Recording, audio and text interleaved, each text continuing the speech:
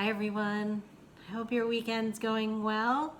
Welcome to my YouTube channel and our Simple Abundance year with Sarah Von Braunick's book, Simple Abundance.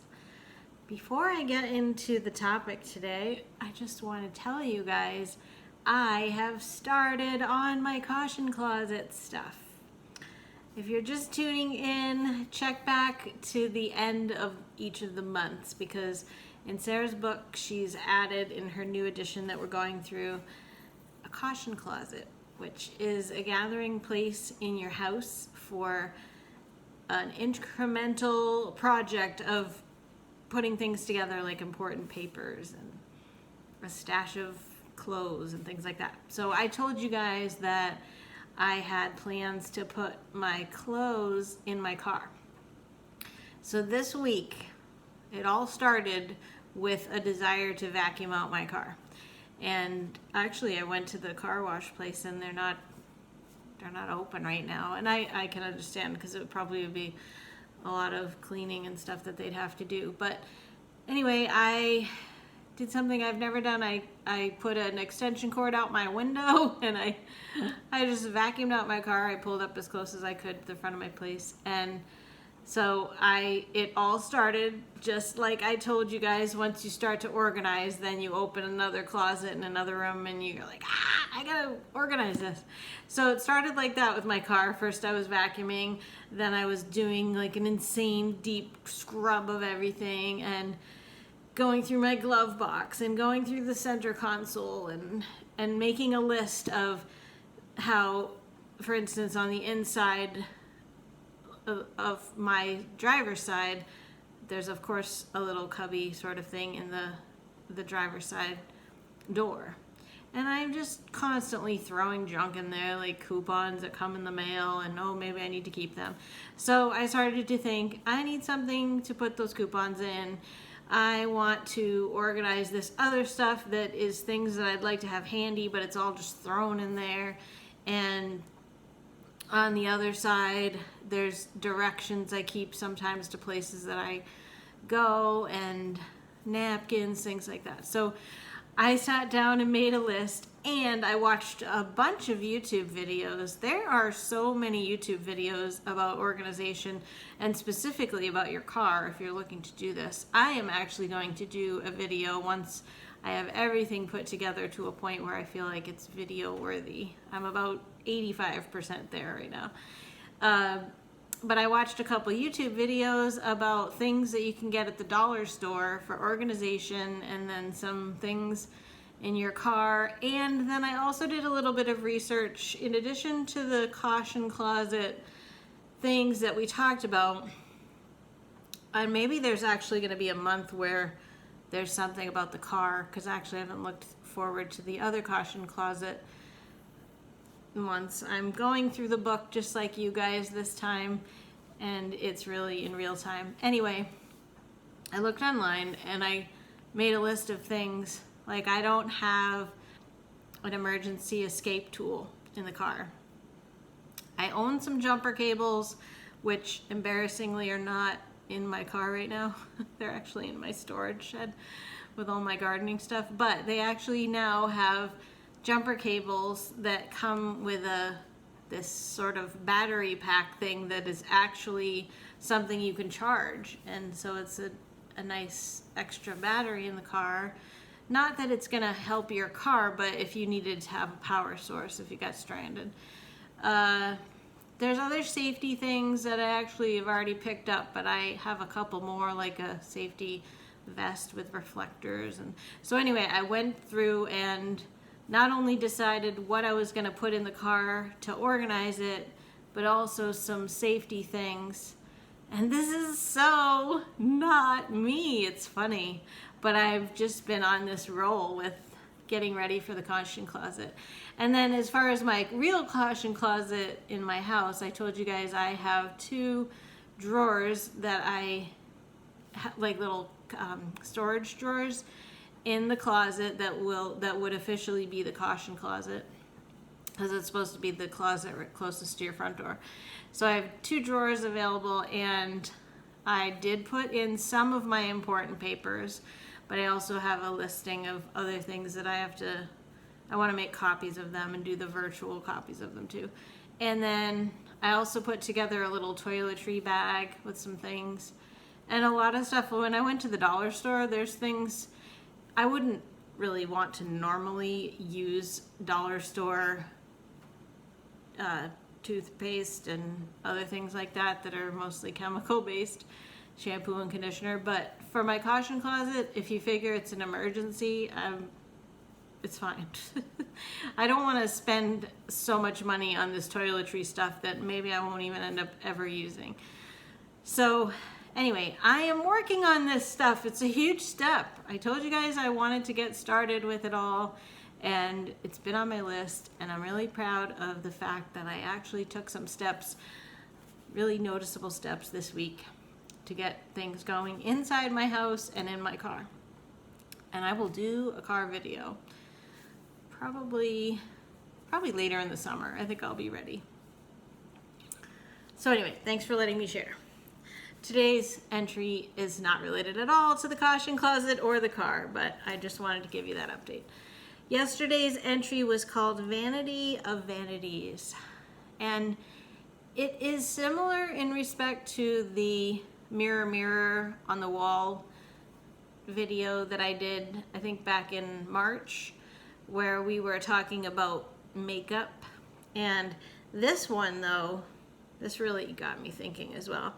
This one is a nod to the past and having the official dressing tables like ladies used to have.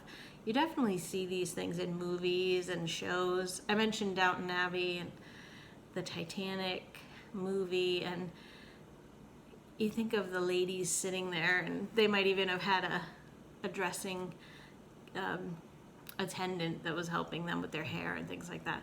So I don't have anything like this. I just have my makeup in a little makeup zipper pouch on my countertop. But I like this idea. She even makes it sound so fun too. I told you guys when I was growing up, and you might share this experience too as a young girl, and you might have been able to wear makeup for special occasions or for dance recitals, and you probably think back to all the things like the brushes, and I don't get so into all that stuff, but I could see how it would almost be like setting up a little artist station. She talks about making it really beautiful. A spot where you can be renewed is how she talks about it. So she encourages us to, let's see how she describes it. A respite where you can apply your makeup or style your hair or practice a skincare routine with all the lotions and potions before heading to bed. It does make you feel sort of elegant, right? To be thinking about that. It's very lavish. Where is it that she's talking about how to do it? I know she tells us about starting with your dresser top and then potentially getting a table. Where is that part?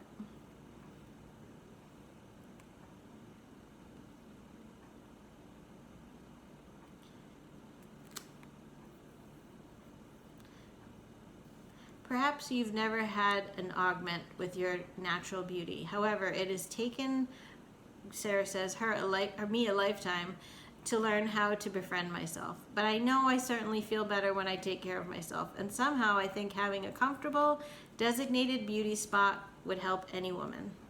While I'm at it, a kidney-shaped table with a billowing skirt, a beveled glass top, and a beautiful tri-part mirror. You know, it's always when I'm in the car, maybe waiting for somebody or about to go into a store and I just check my face, that I notice something and go, is that really on my face right now? Because the lighting is always so good in the car, right? And those mirrors they just seem to really pull out every flaw. So I have thought about how I don't have really super bright lighting above my mirror in my bathroom where I am putting on makeup. So they do have those mirrors that have sort of like the showcase lights around them that really light up. I just wonder if I had one of those, if I'd put my makeup on really, really dark. It would take a little bit of practice. But so a dressing table is essentially, it would almost be like a little desk, or I like the way she described it as having fabric coming off of it. It really sounds like something that would be such an indulgence, right? But you're worth it. I've told you that before. I'm trying to think of what I could potentially put something like that in the master bath. But I'd have to move. I have a little table that has my jewelry case on it. So I'd have to move that. And I don't know if putting a piece of furniture in there because I consider that it would have a chair with it, might be a little bit much. Maybe if I even just get the nice mirror, I could get a little stool that I could sit on at my bathroom counter. I don't know. I like this idea. It takes me back. It makes me feel like it's a very feminine, stately sort of thing to do. Like I said, if you feel like you're one of the first class passengers on the boat. Set up a tabletop mirror and beautifully display your brushes and products in attractive containers. If you simply don't have the space, designate a shelf or drawer in your bathroom. Lazy Susans are great for easy product access on a shelf, and stackable clear bins are godsends for any drawer. Just seeing your feminine tools neatly arranged in a clearly visible, easy to reach designated space will bring more thoughtfulness for your own self-care. A visual reminder to take more time with things that make you feel good. She goes on to say, this is what rituals are for. We do spiritual ceremonies as human beings in order to create a safe resting place for our most complicated feelings of joy or trauma, so that we don't have to haul those feelings around with us forever, weighing us down. Wait a minute, I don't understand that. We do spiritual ceremonies. That's a quote from Elizabeth Gilbert in Eat, Pray, Love. But hold on a minute. Spiritual ceremonies as human beings in order to create a safe resting place for our most complicated feelings of joy or trauma. I get that we would have a funeral, for instance,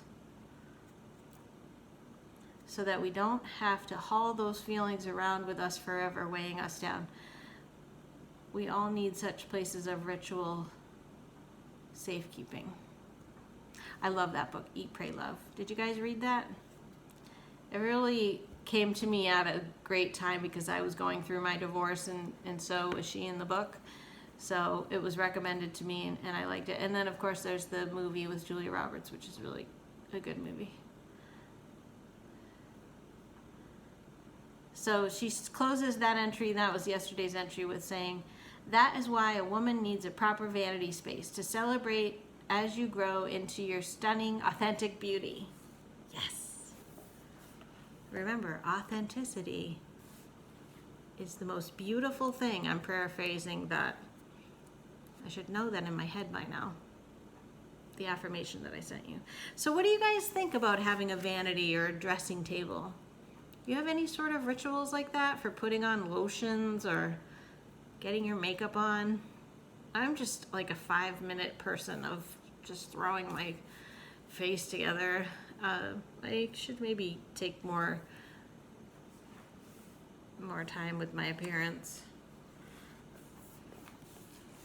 And then today's entry, she calls it You, Me, and Vivian Lee. I wonder if any of you guys remember who Vivian Lee is.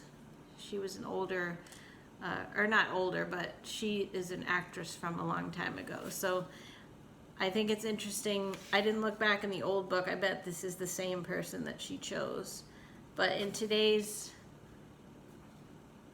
newer generation that Sarah rewrote this book for, they may not know who that is. But she does talk about how Vivian struggled with bipolar depression. I don't think I knew that. And then Sarah even goes to say, she hasn't shared this specifically in the book up until now, but she does share a little bit about her own clinical depression and taking medication for that. And that wasn't anything I alluded to the fact that I really thought that she had a lot of dark times from some of the things that she has said, and then also all of these tools that are really helping you to focus more on the joy rather than the despair. So this is her telling us flat out that she's had her bouts of depression. So then she goes on, and we have talked about this a little bit before, about how the state of your appearance as well as the state of your house are typically reflections of how you're doing on the inside, right? And if you're in a state of depression, or she says the word chaos, which again made me think of FlyLady, because FlyLady called chaos can't have anyone over syndrome. But if you're having a difficult time in your life, then it's not going to be conducive to your mental health if you have piles of things around, or you're just living in this chaos of an environment as well, right? I think that we would all agree, right? When a woman is in an emotional crisis, she won't feel better to see piles of clothes strewn all around the room. I am very serious about this, she says. A woman's welcoming home goes a long way toward alleviating her discomfort, and closets are the first step towards recovering a sense of balance and inner equilibrium, especially when the world is out of control daily. I forgot to mention too, earlier in this entry, she talks about how she thinks that most women wish that they had more closets than any other rooms in their house. I wish I had more closet space where I live right now. I wish I had one more closet. That would be really helpful, because I didn't even go into the update on my storage totes, but I feel like I have almost exhausted every option. I have found so much space though. So I definitely have found space, but just not enough for the remaining stuff that I have. I should do a video, because again, I got a lot of ideas from YouTube as well, but I should do a video on some of this space that I created. For instance, my light bulbs and my batteries. They were organized, but they were in these collapsible storage totes, or I don't know how to say it, like a little like fabric box that I would put in a drawer. They didn't take up a huge amount of room, but they were cumbersome, and actually the light bulbs were taking up an entire shelf in my kitchen, one of my kitchen cabinets. Again, with the dollar store. I had seen this on a YouTube video that they have these, they're in the teacher section. They're these fabric things with pockets that hang, and I organize all my batteries, and I just had magnets that I put on the side of my washing machine, and I hung them there in this little space that there would be no way to really get anything into that space between the washing machine and the wall. So the fact that I had the magnets that would stick right on the metal was great. And then also I did the same thing with the light bulbs. So now I use that really skinny space, and I have half a drawer in the kitchen, and then I have an entire shelf. So those are available, but they don't give me enough room for all my Christmas ornaments and other things that I will not part with. I'm telling you, I will not. Even though we're talking about downsizing, I'm not parting with my Christmas ornaments. I already pared them down a bit a few years ago. Anyway, I'm all over the place today. Sorry, this is not a very focused video. Back to what I was saying about closets. Would you agree that women love their closets? I've never had a walk-in closet. I think I would like that. Then maybe I'd buy too many clothes though. So it's probably better I have a small closet. But I wish I had more closets for storing things. So remember how we were going through our closets and deciding what we wore, what no longer suited us, what we just never even ever took out to wear? a lot of this has to do with clearing out the clutter so that we can have a bit more peace of mind too, and more of a balanced feeling in our psychological health. So that's how she's tying that together.